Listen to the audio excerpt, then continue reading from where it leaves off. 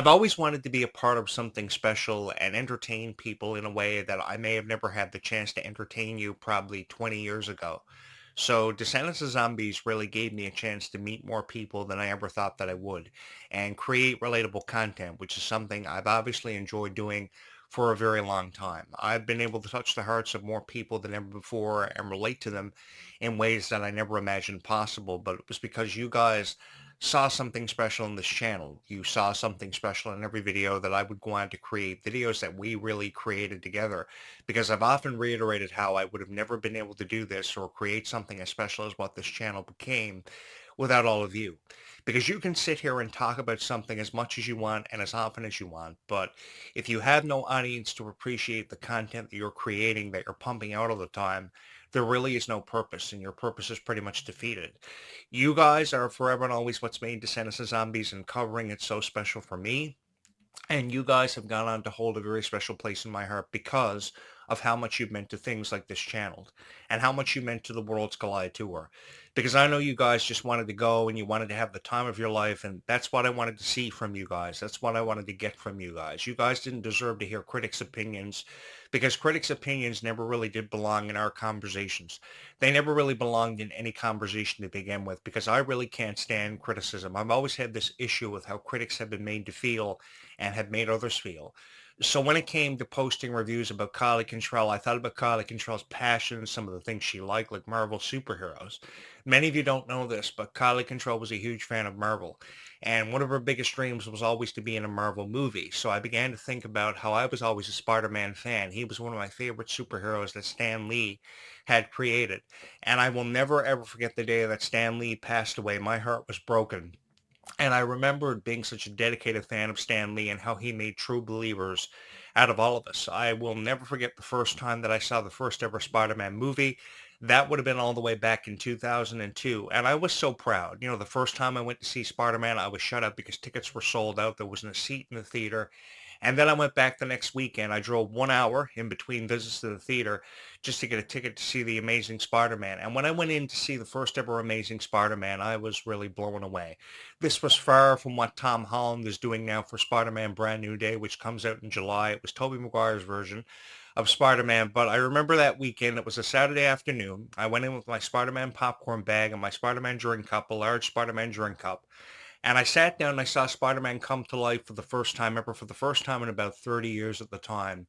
And I remember being taken back to when I used to collect the comic books. I really wish I still had some of those original comics to show you guys. I'm somewhat of a nostalgist, but I always remember being a dedicated Spider-Man fan and a dedicated Marvel fan. And if there ever was a true believer in this world, you're looking at him. And I could kind of understand where Kylie Control was coming from about this desire and this wish she always had to be in a Marvel movie. Dove Cameron had the chance to work with Marvel also.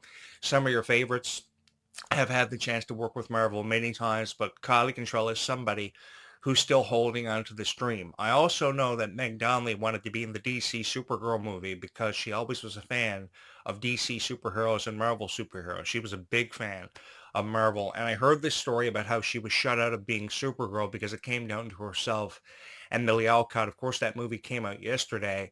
I still haven't seen it, but I'm going to try to go see it. I can't say how I really feel about, Millie Alcott playing Supergirl because in all honesty, I really do believe that Meg Donnelly offered so much to her characters and bringing her characters to life. And if there ever was somebody who really deserved to be Supergirl, it would have definitely had to have been Meg Donnelly because she was so passionate about these roles.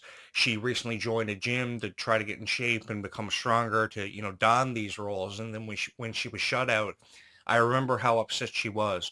And then she took to social media telling people that she really felt like she was never good enough to be in the position she was in. But people kind of thought otherwise. People supported her. People always loved her. And that's something I always admired about you guys, were how much you loved your favorite superstars and how much potential you saw in them. And I saw the exact same thing.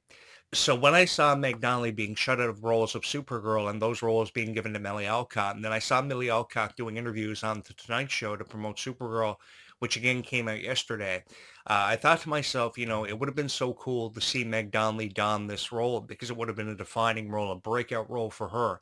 And I think that only with this store closing, more doors are going to open more widely for her. So I just kind of want to put it out there that we still love Meg Donnelly and many of us still support her because we've really seen a superstar and we've really seen her grow into something special. The first time I got a look at Meg Donnelly would have been back in 2018, and I knew she had something special to offer to Disney. I knew she wanted to be a Disney girl, probably more than anything else in this world, along with other aspirations and other huge dreams she always had. She was huge about Marvel and what have you. And I really did believe that she was destined for great things. So I began supporting her. That would have been around the holiday season of 2018. Disney first began promoting zombies back in, I think, December of 2017 when they were doing the holiday specials and what had you.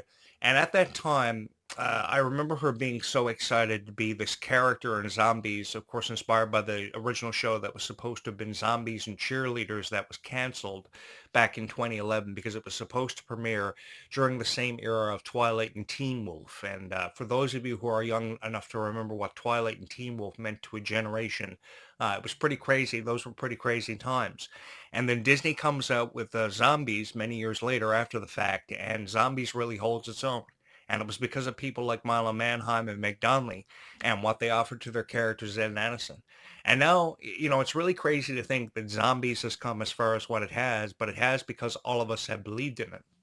So because many of us have believed in it with really all of our hearts, I've always believed that's what's made zombies so special. So it doesn't give us the right to come on our show and offer criticism directly towards zombies or descendants without ever giving it much of a chance.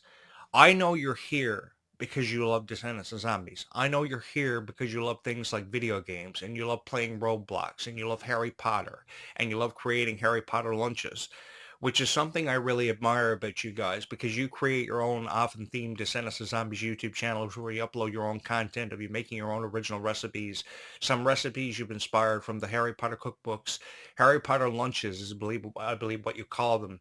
And they're really, really cool because I remember going to these Harry Potter midnight premieres when they would have the movies years ago. Because back in 2001, 2002, Warner Brothers at the time began releasing Harry Potter movies. And I would go see these movies at midnight. I went to see Godzilla many years ago, back in 1998 at midnight too. I had this thing of going to midnight movie premieres.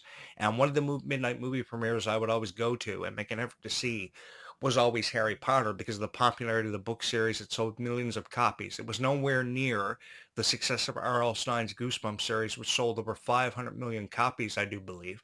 Can you imagine 500 million copies? I think it sold something like 200 million copies for Harry Potter, but Goosebumps is slightly ahead of that with over 500 million copies being sold by R.L. Stein and his wife Jane, who was an executive producer of the TV shows and the book series at the time. I believe he still lives in New York. But the thing is, I saw Harry Potter become something so special, and I saw you guys take this love for Harry Potter to places that it had never been before, and I felt so honored to be part of it. And then many years later, people started falling in love with Wicked. And I took a chance on Wicked. I was one of those guys who took a chance on Wicked. I saw something special in the music. I saw something special in the script. I fell in love instantly with Ariana's portrayal of this character. Ariana Grande actually just turned 33 just yesterday, I do believe, and people are still celebrating her birthday, which is the most adorable thing in the world. You guys really took to Cat Valentine as a part of that show, Cat and Sam, Sam and Cat. And I really do believe that she really had something special to offer to Wicked because Wicked was, of course, the story about what happened before Dorothy dropped in to Oz at the time. And, I go back quite a ways. I go back to the original stories of the Wizard of Oz when they were first told. And I remember being so captivated by it because it was this story of a girl who came from Kansas who had these magic slippers and these magic shoes. And she came from Kansas and went to the land of Oz and just, met all these wonderful characters along the way. She met the Scarecrow, she met the Lion, she met the Tin Man. And I remember the original Wizard of Oz years ago, the first ever Wizard of Oz, they created the Tin Man. And I remember how they sprayed the Tin Man with this spray can and then something happened to his costume and they had to go recreate the entire concept of the Tin Man all over again. And we've seen so much advancements in the Wizard of Oz story and how the Wizard of Oz story has been told. And it's really cool to see that Descendants has drawn so much inspiration from the original Wizard of Oz stories and the story that happened before Dorothy dropped in. So I remember seeing when Ariana Grande brought this witch to life, the Belinda the Good Witch, and she was just so full of life. She was definitely over exuberant.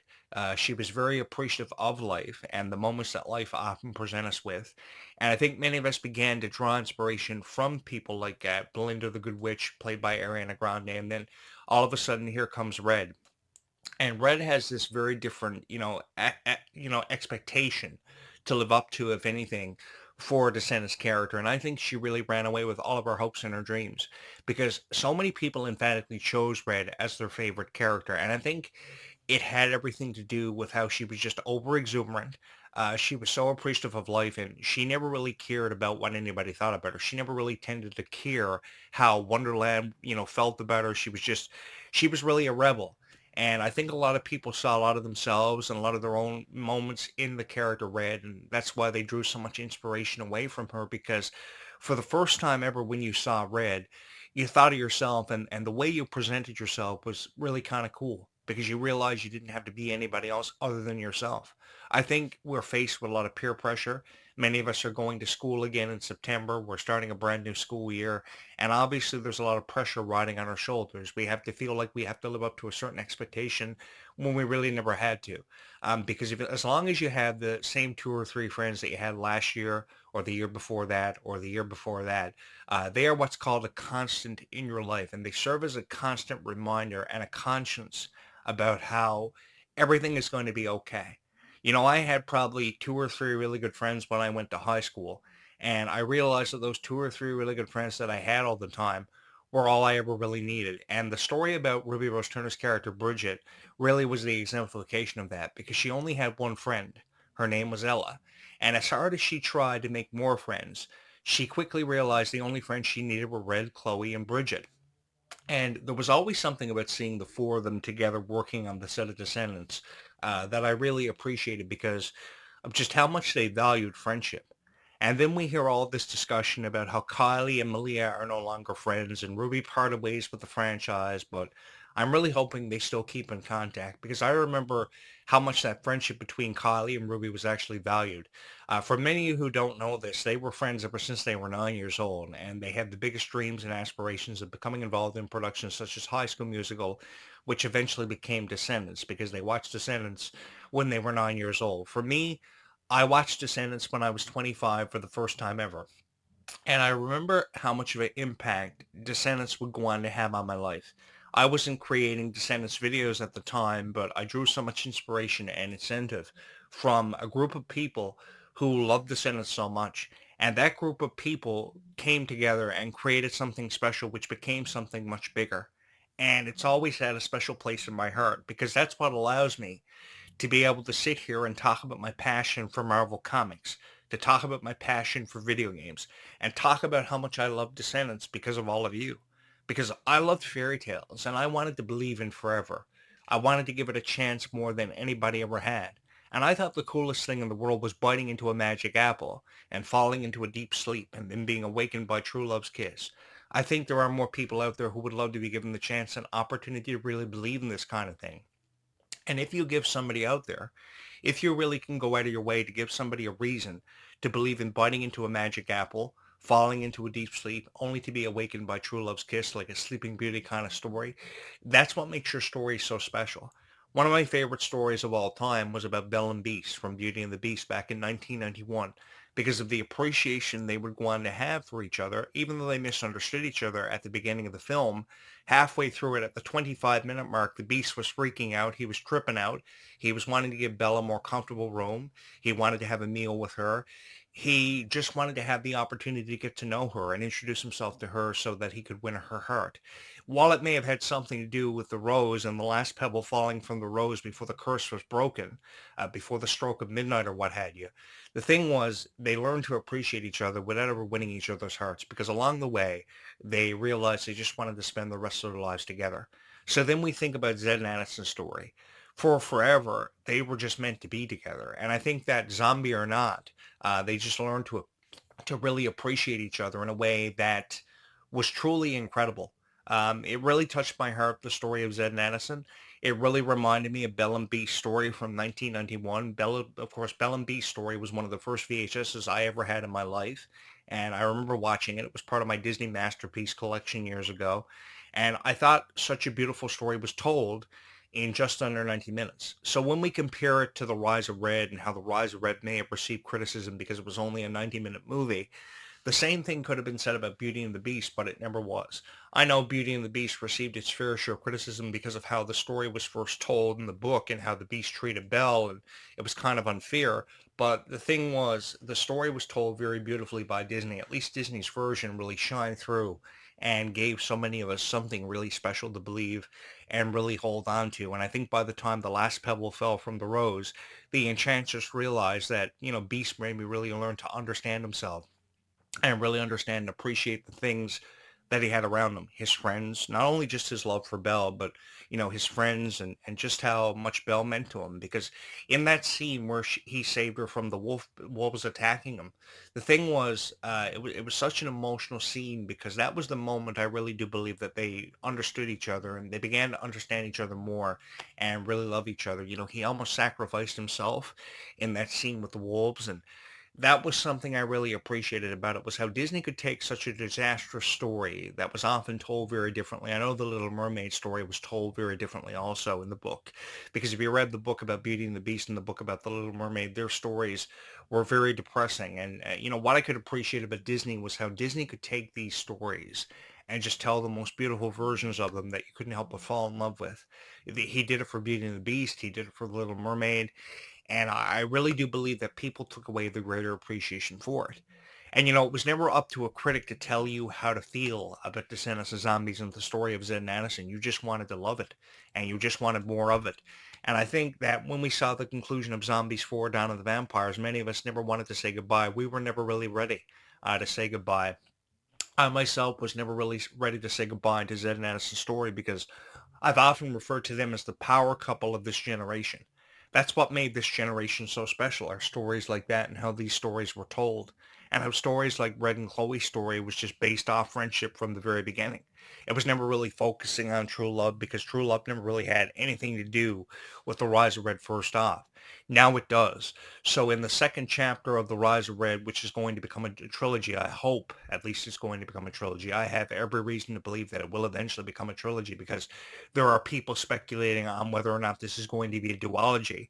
But I've always held in my heart that there is a chance that this one could become a trilogy. Now, for the first time ever, Red has a love interest developing with Louise Matrodoc as many of the consequences of time travel begin to unfold. Red has a new sister as she navigates the challenges of sisterhood to be presented along the way.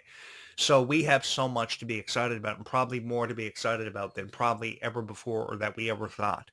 So I think that along the way with fans becoming introduced to this for the first time ever, with this story going deeper than it's ever been taken before or ever gone, there are people who are fans for the first time ever who will have that greater appreciation. And us being nostalgic fans who have been fans of this for forever can kind of really welcome them in. And that's why I created this YouTube channel because there's so much of a diverse universe with fans of Descendants of Zombies. From within this fandom, there are so many incredible people who love this story so much, new or old, no matter what the age is, no matter what the age demographic is that this appeals to. There are so many people who have obviously been made to feel very differently about Descendants of Zombies, and I've just really loved being here. I've loved watching you grow and understand, what Descendants of Zombies has meant to your heart, and how you've always taken something special away from events like the Worlds Collide Tour and these movie premieres, which we're going to run back again as of July 16th for Descendants Become Wonderland, because I remember on July 12th, 2024, just 2 years ago, how excited everybody was. Nobody had to tell me how excited everybody was. There were people who often tried to tell me how excited everybody was in terms of critics. I knew many of these people who were reviewing Descendants of Zombies at the time, and I kind of wanted to take the negativity out of the conversation because I had no time really for negative vibes. And what I wanted to do was if I was going to say anything at all but somebody like Kylie Contrell, I was going to have to say something nice. If I was going to say anything at all that had anything to do with Freya Sky, it was going to have to be something nice. Because everywhere I go, today I'll go to the mall, I'll go to the game store, I'll spend $500 on video games, and before I get out of there, the manager of GameStop will have Freya Sky's song Silent Treatment playing on his cell phone or something. No matter where I go, I hear Freya's music. I get in my car, I drive home, I go on the bus, I hear Freya's song. Because Freya Sky is relatable. Like it or not, Freya is relatable, and she's here to stay. So because she's here to stay, there are people who fall in love with her more and more every day. And if you are a Freya Sky fan who has dedicated your YouTube content to Freya, if you just simply love Freya with all of your heart, I want you to know you've never had to feel alone, and there are people out there more often than enough who feel the exact same way that you do. And you should feel more than honored to refer to yourself as a skylight. Because in these last 2 years, over the last 2 years that I've been doing this, I've been considered an honorary skylight by thousands of people. And that became the greatest honor of my life. So because I was considered an honorary skylight and people looked at me and said, okay, cool. Jonathan Clarke is really down to earth. He's a really cool guy. We'll welcome him in as a skylight, and he can be an honorary skylight and create Freya Sky videos for us for the rest of his life, along with Descendants and Zombies videos for the rest of his life, because that seems to be in his contract with us to create videos about Descendants and Zombies for the rest of his life. Um, I've really loved sitting here creating the videos that I have for you guys because it's given me a chance to share my story with you. And I would love, honestly, to create Descendants and Zombies videos and Freya Sky videos for you guys for the rest of my life. Because here's what I have to say to you guys. If you've ever had hope or an imagined thought that has had anything to do with Descendants of Zombies, you should continue on believing in that and trust in that, because I've always believed that your heart is always your best friend. It will always help you see you through everything. It will always be there to understand you. And these are moments that have always held a special place in our heart because our heart always is our best friend and knows what's best for us. So as long as we continue to trust in our heart, telling us that, okay, Descendants of Zombies is cool and we've had a chance to be a part of something so special, that's what I've loved so much. You know, when I can come on here and I can talk about how I got Ghostbusters the other day, the original Ghostbusters video game, or I have this one right here. This one right here. This is the RoboCop video game collection. I was forever passionate about, RoboCop and Ghostbusters and Spider-Man. And then I hear people like Kylie Control talking about how passionate they are about Spider-Man and RoboCop and DC superheroes and wanting to be a part of productions such as Descendants. And I think this is the coolest thing in the world because what it exemplifies is your passion. And you should never be afraid to let the world know how you truly feel about whatever your passion is. Probably it's dancing. Probably it's being a singer. Probably it's starting up your own rock band and becoming the next Spice Girls. Whatever your passion involves, I just want you to pursue it. That's all I've ever wanted from you guys. So if your passion is going to the Worlds Collide tour, like my passion is spending all my money and time on video games and content creation, the same logic applies to all of you. You don't deserve to have that taken away or to be criticized by a critic who doesn't know the first thing about what it means to be a Descendants fan to all of you, because I can guarantee you that there is nobody out there who creates a Descendants of Zombies video in terms of a review who knows what it truly feels like to be a fan of Descendants of Zombies. But you do. And that's what you've always had on them.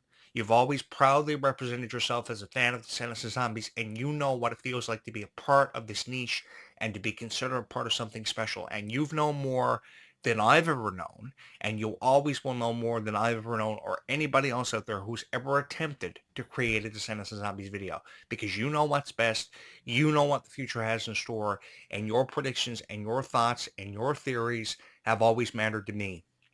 And I've just felt so honored to be here to put that on display for so many wonderful people and to created all this wonderful content because you guys have given me the chance to represent you as a part of your worlds and your stories. Thank you so much for allowing me to be a part of that story and that world for so long.